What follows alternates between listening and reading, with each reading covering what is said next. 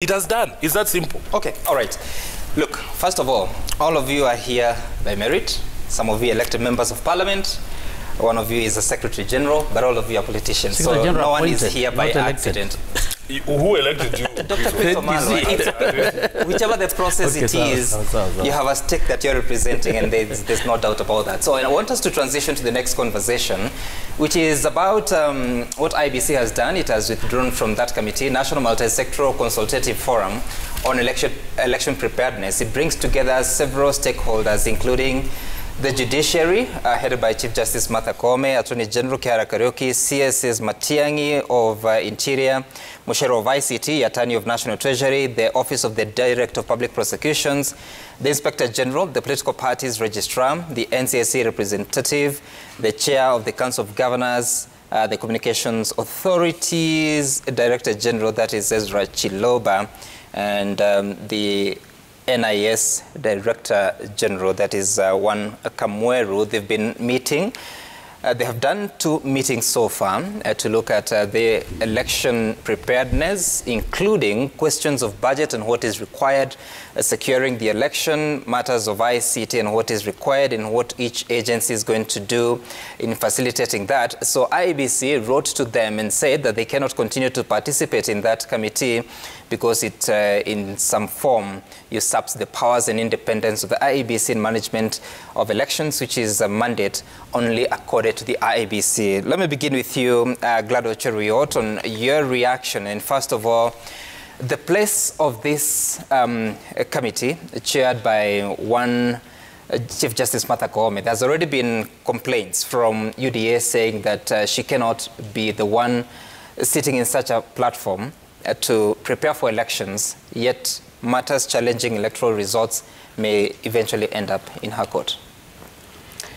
Thank you so much, but the first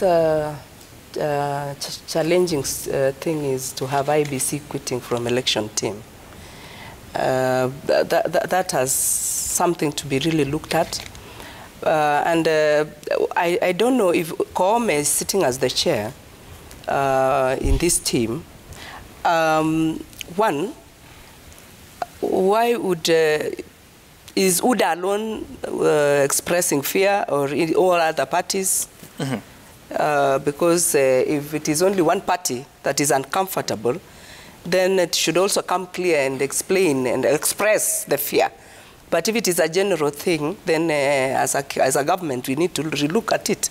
But then if it is coming from one party, then their fear must be explained and their fear must be understood. Mm-hmm. But capability of Koome as judge, CJ, to stand as a chair, she's able. She's able to run it. She's able to... Do you see any challenge, bearing in mind that this preparation for elections may be challenged in court when it's a presidential election petition or it's appeals to that court? It might be a challenge. There shall be appeals, but then it doesn't mean that if she's the chair, she's doing it in court. I mean, it's just preparation. I mean, it is just preparation for elections, mm-hmm. in terms of materials, in terms of who will do what. Shouldn't that be done by IEBC exclusively? And they have quit. Okay. Didmus Baraza, what are your thoughts about these developments? It was fair and wise. It was unconstitutional for the Chief Justice to purport to chair a committee on election preparedness. That committee was usurping powers of IEBC. IEBC is independent. In fact, it should be more independent than even the judiciary, because IEBC is like a referee. You cannot have another team formed to take the functions of IEBC. Mm-hmm. And I am happy that Wafula Chebukati has seen that it's not tenable for IEBC to sit on an illegal committee on election preparedness. The laws are very clear about the mandate of IEBC. Wafula Chebukati took a different oath from that one of Karanja Kibicho, a different one from that one of Kameru, and therefore putting them together to form a task force or rather a committee to oversee election preparedness. It is basically going against the principle of the independence of the judiciary that Kenyans mitigated in the laws of this country. And I support the decision taken by Wafula Chebukati to quit that post. And people like the PS for Interior, if he has so much time, he should not be warming chairs in those subcommittees. He should focus into securing this country. The support roles by other agencies to IEBC are well defined in the Constitution. The role of the police, the role of the Ministry of the Interior is to maintain law and order during elections period, is well defined in the law. The role of the judiciary is to preside over elections disputes, is well known. Right. So yes, I know, and I am aware that IEBC cannot work in isolation, cannot work like an island. But the law provides mechanism on how agencies will interact with it. So coming up and creating your own kind of subcommittee that is not backed by law and the regulations, to me, and I want Edwin Sifuna to agree with me for the first time. I mean, Edwin sits in a very precarious position. The position he occupies was never elected. He was just picked by some people that refused to occupy this position. Can you just stick to to the topic? I am giving you a very important point here. Alone. Talk about the topic. Yes, but I'm telling you that he is not independent. He is persecuting party position. He's going to be disciplined. Didmas Baraza, I want us on this show to just air our views, responses to the questions that I raised. If you have other personal differences, we can deal with them. I want to. I want you to get this point. I'll give it another opportunity. Okay, let me summarize. I never supported the idea of Chief Justice Martha Koome chairing a subcommittee on that usurps the powers of IEBC. IEBC have a clear mandate from the Constitution. They draw their powers from the Constitution. Their roles are well defined. They don't need anybody to assist them. And those who are supposed to assist them, again, there is a structured engagement outlined in our Constitution on how they should do. That's quite clear. Dr. Chris Omalwa, your thoughts about the place of the National Multi-Sectoral Consultative Forum on Election Preparedness? First and foremost, I want to say that when you look at Article 8, which establishes IEBC, IEBC is the body responsible for purposes of supervising the general elections. And even if you look at the Elections Act, this monarch or monster called National Multi-Sectoral whatever, it's unconstitutional. First, when you look at Article 249, specifically 2B of the Constitution, all independent commissions, they're independent, they cannot be directed or controlled by anyone. And if you look at the terms of reference of this national multisectoral, they clearly affect the independency of the IEBC. And I want to take you back in the memory lane. In 2017, there was a similar committee which had been put in place. I think someone went to court on the issue of having a technical committee in place that will look into aspects of adoption of technology by the IEBC. And there was somebody, I think Ogeto or whoever, than the Attorney General. And the ruling was done. And the ruling that is done, it becomes part and parcel of our laws, unless it has been appealed against. And that technical committee that was there in 2017, the court found it that it was interfering with the independency of the IEBC. And as clearly Honorable Didmas has said it, Martha Koome is the president of the Supreme Court. And under our Constitution, the Supreme Court is the presidential petition court. And in any case, if these elections later on, they find themselves in the Supreme Court, obviously, she becomes conflicted. And to me, and I want to quote the words of, I think this lawyer, Kathy Kilonzo, during that petition that was done some times back, when she was presenting court, she said it, that within the process, if the input is fraudulent, obviously the output is fraudulent. So when it comes to election preparedness, I saw the terms of reference, they're talking about the issue of budget. The issue of budget is under the Committee of Justice and Legal Affairs Committee, which sits in Parliament. So this monarch, this monster, has no role at all How I wish that somebody goes to court immediately and looking at the ruling of the 2017, it should be disbanded. It's the responsibility of IEBC to ensure elections are free and fair and credible. And the Election Act brings out clearly the responsibility of every organ. If state agencies feel there's something they can do to make their contribution in making a fair electoral process, what avenue do they have? Now, let me come to that. Of course, we do agree that when it comes to electioneering matter, there are different state agencies that come in place. But they can only come in place under IEBC. But you can't come and get someone outside to be the one chairing. So it is the responsibility of IEBC at a lower level to be able to include other agencies. For instance, when it comes to matters of transfer of results, the aspects of technology, this is the responsibility of the Communication Authority, where we are talking about the 3Gs, the 4Gs, the coverage. Because when you look at the Elections Act, it's clear that the results must be transmitted electronically. And we are aware in this country, there are some regions whereby the coverage of 3G, whatever, maybe it's not 100%.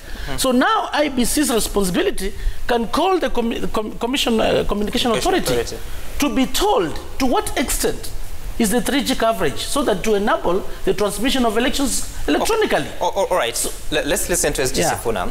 What is the legal position of this team? Yeah, the people who determine the legal position or the regularity of this position is the courts themselves, and he has alluded to it that in fact we would like to hear what the courts would have to say, but I want to borrow the words of the Chief Justice, that in fact the various arms of government cannot operate in silos. And he has just given one example here, that IEBC cannot go and put up 3G coverage on their own. If indeed this committee is sitting to discuss matters that are the preserve of IEBC, I'm surprised. You know, if they are the ones telling them this is who you will give the tender for ballot papers, then that is clearly an interference with the job of the IEBC. But that's not what this committee is doing. You know, Sam, elections is not about IEBC. Elections is about all of us as Kenyans, and we are all stakeholders. I have protested here, in fact, that even in the past, IEBC has felt shy to include even the key stakeholders, like political parties. You remember when they were developing their elections operations plans, they didn't involve us at all as the leadership of political parties, and it resulted in various changes to that elections operations plan once our input was given. The way that I view this committee, you know, these various agencies, there are a lot of things that go into successful elections. For instance, we even need to plan for the security of elections. IEBC does not have its own police officers. So if the team from the security apparatus is in the room for them to hear what their needs are, you know, even when IEBC and the chairman is communicating their needs to various agencies, I don't see these members of parliament saying, for instance, that IEBC should not appear before committees of parliament. They actually summoned them to appear before committees of parliament to explain their needs. There's something he raised about... That's what I'm saying. I'm coming to it because he talked about the question of the budget. Yes. These guys are not supposed to be the one to set the budget for IEBC, and that's not the mandate of the committee. They need to understand... They need to understand... In terms of reference. Just listen.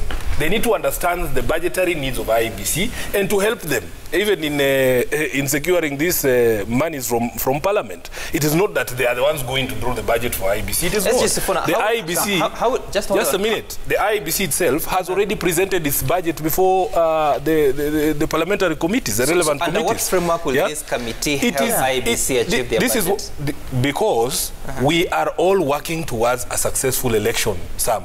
It has nothing to do with interfering with the independence of the IEBC. They are the ones to set their own budgets. They are the ones to look for to procure all the materials that they want. They are doing these jobs. And then the question of you raised of if there is a challenge, for instance, to the elections, and we know that there will be many election petitions because after Didmas loses, I'm sure he's going to run to court. The questions that are put before the court after an election is whether that election was conducted in accordance with the constitution and the laws. So did the returning officers fill the relevant forms? Was there security provided at the polling station? Were the results that were declared accurate result? It has nothing to do with who the IEBC spoke to in order to prepare for those elections. So even having the judiciary there, the judiciary is a key player in elections, because after everything is said and done, everything is coming to them. They also need to prepare for the avalanche of cases that are coming. So for me, really, nobody is interested in getting into the nitty-gritty of the work that IEBC does. But it is in the interest of every Kenyan. It is not about IEBC for us to have free and fair elections in 2022. Let me just read you the terms of reference in brief. One is to promote consultations, collaboration, and coordination in the preparation for the general election. Advise the government on the resources required for the general election. That's what I've said. Coordinate electoral assistance by development partners. Correct. Facilitate the legal reforms required for the conduct of the general election. Correct.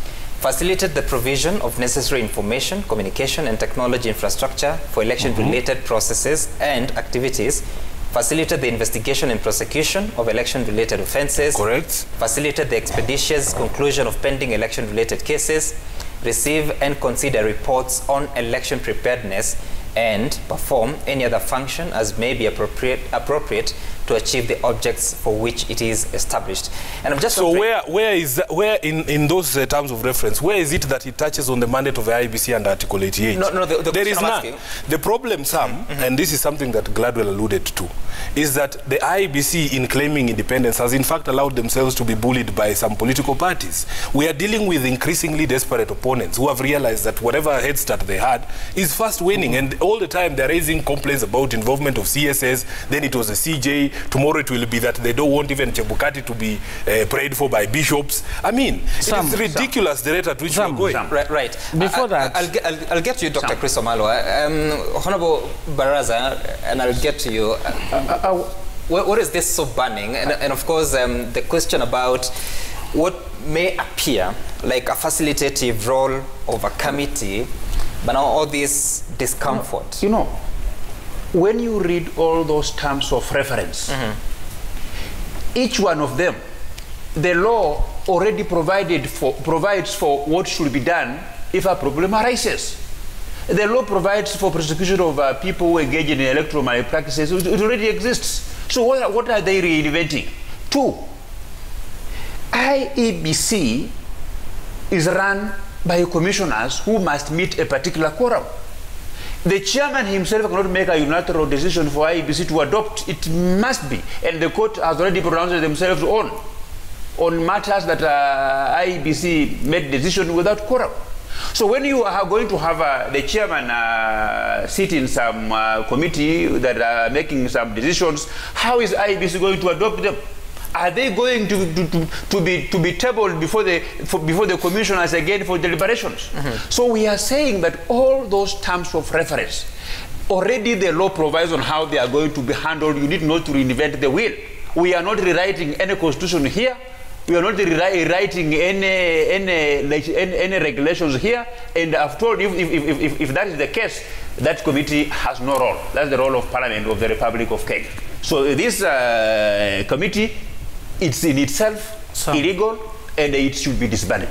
Okay, and just hold on, I'll get back to you. Honorable Cheriot, so we're here having this conversation, and it's just about 8 months to election, to that election. What should be our concern at this moment in time? Because when you look at the committee, majorly state agencies and constitutional bodies, what then happens to stakeholders who are political parties? Should they be incorporated there? Well, I see the register of political parties involved, but what happens to the bigger stakeholders in a competitive election? Sam, it is clear and that we have so many parties in this country. We have about 85 parties. Of course, not all of them will have presidential candidates, but if we want to say that they must have a stake in this committee, then you can imagine what we mean. I think I'm comfortable when we say the registrar of political parties represents all the parties. Because if we put, for example, a member of KANU party there, what about ODM? What about UDA? What about all these other parties? So for me, again, the truth of the matter, there is no time we can form something in this country and everybody feels that that is the way to go. We'll not be able to satisfy everybody's ego. If actually the committee is sitting to see into it that all these other bodies are going to do what is right to facilitate election, then let it be. Because if we continue now, like you're putting, it is only 8 months to go. We cannot afford to negate the processes that are starting towards election day, unless we are saying we are not ready for election. And we know very well we have toothaches, we have problems, we have challenges, financial being one of them. We need all stakeholders to sit down, and that is why you see we should have even the CS Treasury sitting there, so that they may be able to see exactly what is required, so that it is not an information that is given to him after people have sat down. He is part of the process, so that you can actually take up the process and accept the budget as it is. Because if it is given to him as a report, he might decide to say, we don't have this money, you know. But if every Kenyan... IEBC says that from the foregoing, it is our considered position that the heavy involvement of other entities is likely to erode the public trust in the Commission, thereby derailing the ability to deliver simple, accurate, verifiable, secure, accountable, impartial, efficient, credible, and transparent elections as directed by the Constitution. Does IEBC have reason to worry? You see, my personal opinion would be, if it is an individual entity that is involved, then we have a reason to worry. But if it is multi-sectoral, then everybody's fear is catered for. I mean, why are they so why are they so much skeptical they want to be alone? What is this that they don't want other people to know? I think we need to... They have also said that we must respectfully point out that the NMSCF, as currently constituted, has pushed the IEBC to the periphery while giving center stage to other institutions. And I want us to exit from this conversation. Dr. Chris Omalwa, so now what happens? Because IEBC is no longer interested in taking part in that committee. Can they go ahead and check on election preparedness without IEBC? Thank you, Sam. I brought to attention of the petition 127. Actually, I've Googled, and it was by Kenneth Otieno versus the Attorney General, when a committee was put in place in 2017. A technical committee, and a ruling was made, whereby it was declared unconstitutional because it was interfering with the independence of the IEBC. That sets precedence. Secondly, as I alluded earlier on the issue of Article 88 and 249(2)(b of the independence of IEBC, the independent commissions. In this case, look at the framework. Who is the chairing person? We're not saying it is wrong to have a multi-sectoral committee, but in terms of the strategic positioning, it is being chaired by who? By Chief Justice. What we are saying is this: to have a multi-sectoral approach is not bad, but it should be at the operational level, not a strategic level, whereby the chair should be maybe a commissioner from the IEBC. That's what I raised. So the point of coming up with a multi-sectoral committee and the Chief Justice is the one chairing it, that was very wrong. Okay. And it's not the first time. Previously, Kivuitu, I mean the former Chief Justice, what was his name? The emeritus. William Mutunga. No. Maraga. Maraga. They came up with a framework on how the courts are going to expedite the dispute resolutions of elections. And I remember initially it was to do with 6 months. They should have done away with, and where there was also a proposal that if it's an MCA, they should go to the lower court and the others to go. These are things which have been happening. But that thing you're talking about the judiciary about the judiciary. Judiciary so judiciary in its own jurisdiction should be able to come up with a framework on how they're going to expedite on these issues of the disputes. For example, when it comes to the nominations, of course, some disputes will go up to the High Court. Maybe others can go up to the Supreme Court. So let the judiciary come up with its own operational plan independently, without any interference. When it comes to issues of technology or resources or whatever, we have a committee in Parliament called the Justice and Legal Affairs Committee, which supervises IEBC. Okay. That is the linkage. And this is the committee, through that linkage, that links it to Treasury. All right. The CS has no powers, by the way. I Just a minute. The CS has no powers to decide on how much amount of money do I give IBC. Once it's been passed in Parliament, appropriated, it is his responsibility to give out. He has no role at all. Okay, Dr. Chris Omari, you're talking about the Judiciary Committee on Elections, which is still existent, currently chaired by Justice Mohammed Ibrahim, continues with its work on preparatory work for electoral petitions. But SG Sifuna, as you respond, so now with IEBC out of this, all those concerns about the sitting of Chief Justice Martha Koome on that seat, the chairmanship of that committee, how do we salvage a situation that may appear, probably, was good intentioned in the road to 2022? First, I want to correct that petition that he's talking about. The reason the committee then was declared unconstitutional because it was a specific committee to help IEBC in procurement of election technology. That's what I have. It was an advisory. I have the facts here. Don't mislead. Let me. If it's inconsistent, the beauty with Sam is that he can very quickly Google that petition. Just give him the number. He'll tell you what I'm telling you. It is 127. That's what I'm telling you. If you have a committee set up to do what the IEBC should be doing on its own, like directing them on who to give a tender for procurement of technology or procurement of ballot papers, that is clear interference with the mandate of the IEBC. You have read out to us, Sam, and to your viewers the terms of reference of this committee, and I've challenged my brothers here to tell us where in those terms of reference there is interference. Now, as to what happens next, first of all, even in the absence of such a committee last time, the IEBC bungled the elections, and we were told as much by the Supreme Court.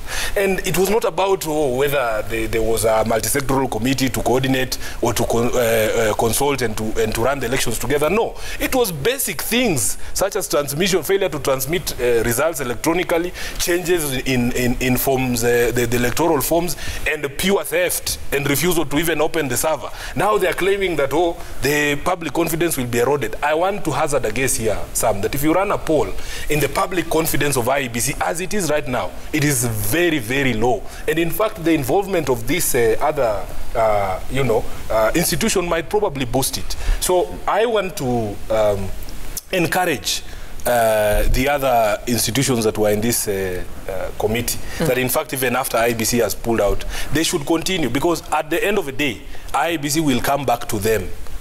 I know for a fact they will come back to them. They don't have a police force to deploy. They will need the Ministry of Interior. They will come back to them to ask them about the 4G coverage and so on and so forth. They'll come back to Parliament. They'll come back to There's something you just said that... this man is misleading the country. Just hold on, Dr. Honorable Baraza. You just said something there that IEBC bungled the elections while they were alone in 2017. What if a similar situation occurs in 2022 at a time that Martha Koome would have chaired an election preparatory committee? No, it is the preparation that she's chairing. It has nothing to do with the actual conduct of elections. Regardless of the they are not telling the IEBC which forms to use, which ballot papers to procure, which technology to use. At the end of the day, IEBC's needs have to be met. So after we give them everything that they need, they get the security, they're given the resources that they need, we still have a right to question how they run the elections. And when that question comes, the person who will determine it will be Martha Koome. That's what I'm asking.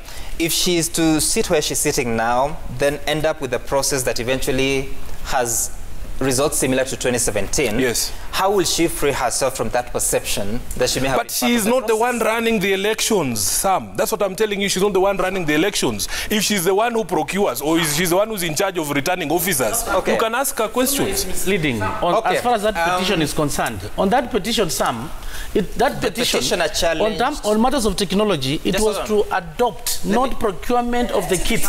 Let me quote something. That the petitioner challenged the establishment of a technical committee to oversee the adoption of technology not technology. That's what I'm adoption, saying. But you said procurement. Section 8 of the Elections Act. You said procurement. The petitioner further contended that the technical committee would undermine the independence of the IEBC. Well, whatever you do, that's absolutely. There was no procurement of the kit. You said procurement of the kit. No, you never said that. You said no. It's not the same. It's the same thing. I don't want to mute your mics. No. So please, let's listen to each other because I need to end this. Yes. Procurement. Edwin Sifuna has continued to mislead this country. IEBC doesn't have to beg the National Police Service to provide security. They are compelled so by the laws of this country to provide security. But you agree they need to do some consultation? Let me finish. Give me time to finish. Secondly, during Juja by-elections, you saw a press statement by Wafula Chepkat. He was very clear. He said that Ngao officers are not officials of IEBC. They are therefore not even allowed to be seen within the particular radius of a polling station. So, Sifuna saying that that the IEBC will go back to the same agencies to beg them for support is not true. The agencies... But wait a minute, Baraza. If IEBC needs 50 security officers to man a polling station, how is the Inspector General of Police supposed to know that? Correct. Let me explain. You know, let me tell you something. No, just answer the say that he will have to beg. I didn't say beg. Okay, I never said only beg. Need to advise I them on they the will number need it. By the way, Inspector General of Police himself is a security expert. He needs to do a security kind of security survey and understands how many police officers will be available for deployment. Okay. It's not the business of IEBC telling that we need this number of police officers. Didmas, do you agree that agencies may need to work together? But they have no choice. They have no choice, but they have to work together within the they can sit at an operation level. They can work together. Guys, I don't want to mute your mics again. They have to work together within the ambit of the existing law, not another illegal regulations created by an individual. So the problem here is the formula. It's the formula. The formula. Okay. All right. Finally, one thing that we can agree on. Let's take a look at the feedback. Abantu 2017. Did we have such a committee during DK Maraga time? The answer is no. Will IEBC operate in a vacuum? When things fall apart, will UDA party, IEBC go to same agencies? When Parliament fails to grant IEBC adequate funds, will they need the same agencies? Good questions. Kisui Philip, Chris Omalo is on point that at strategic level of elections management, IEBC must share the same. Yeah, that's what I said. But at the operational level, we can have such a committee work out the logistics of operationalization of the elections. Yeah. Hylin, okay. Sawa, that's the name. He's now defending the same it, committee, and he had a problem. Edwin Sifuna had a problem with in 2017. He's now defending it with passion because he's in the government and the malpractices will benefit him. Well, first of all, there was no such a committee in 2017. Atanas Mavute, I have a strong feeling that all One Kenya Alliance members will end up doing a coalition with UDA since they have ruled out working with Raila. If this happens, the game will be over. Saito, someone is asking what game. Saito Kings, from what Gladys, who is Gladys, is saying? You mean Gladwell? Simmering feud in One Kenya Alliance is coming thick and fast. Some principals are camping in Sugoi at night for funding and status updates. That must be so far, yeah? Going by, this is Okelo Molimu, going by the frosty relationship between the president and his deputy, Raila must carefully select his number 2. Out of all the possible candidates, Peter Kenneth comes out as the most loyal and moderate, while Martha Karua would be the most overambitious. What does that mean now? Okay, that's your take on Daybreak this morning. Well, Engineer Lazaro, sorry. Kenyans are making every effort to be in the government. That's the reason Third Force Tag will limit One Kenya Alliance's chances of getting a running mate outside their coalition. Third Force means they are already satisfied with their position in opposition. That's it. Dr. Chris Omalo, asante sana. I mean, whatever you didn't say in the past one enough, I said we don't have the time to say it now. SG Sifuna from ODM, Gladwell Cheruiyot from Kanu and Baringo, and Didmas Baraza from, he's a Jubilee Member of Parliament for Kimilili constituency. Thank you all for making time for us and having this conversation. It continues later today, this afternoon. What we were not able to mention is about the State of the Nation addressed by the President. We'll wait for it and we'll have a discussion sometime tomorrow on what that will have been. My name is Sam Gituku. Up next is Matters Social with Willis Raburu. Stay tuned. Bye for now.